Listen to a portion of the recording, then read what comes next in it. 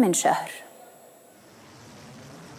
كأن رائحة الموت التي طغت على الشرق الأوسط في السنوات الأخيرة بدأت تتسلل شيئا فشيئا إلى مدن أوروبا الهادئة. 4 اعتداءات تعرضت لها ألمانيا وحدها في أقل من شهر، كان آخرها البارحة. لاجئ سوري يبلغ من العمر 27 عاما حاول الانتحار مرتين بعد رفض السلطات الألمانية طلب اللجوء الذي تقدم به. تمكن من تفجير عبوة كانت بحوزته خارج حفل موسيقى في مدينة أنسباخ من ولاية بافاريا، وخلف الاعتداء 12 جريحا إلى جانب مقتل منفذ الهجوم.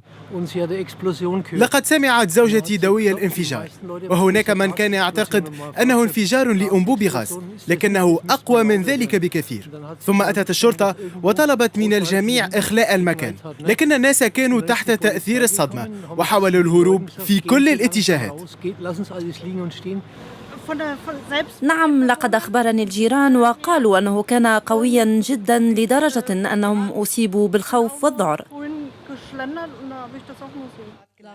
السلطات الألمانية تعاملت بهدوء وحذر ولم تتسرع في توجيه أصابع الاتهام، ووصفت الحادث بالاعتداء دون استبعاد وجود دافع إرهابي له. تصريحات تخفي توجسا من اليمين المتطرف ودعواته العنصرية ضد اللاجئين والجالية المسلمة. اعتداء اليوم يأتي ضمن سلسلة من الاعتداءات استهدفت الدول الأوروبية، فإذا كانت الدول العظمى بحجم ترساناتها وقوة أجهزة استخباراتها لا تستطيع إيقاف اعتداءات لأشخاص منفردين بعضها بالأسلحة البيضاء، فماذا تفعل الدول الهشة في مواجهة جحافل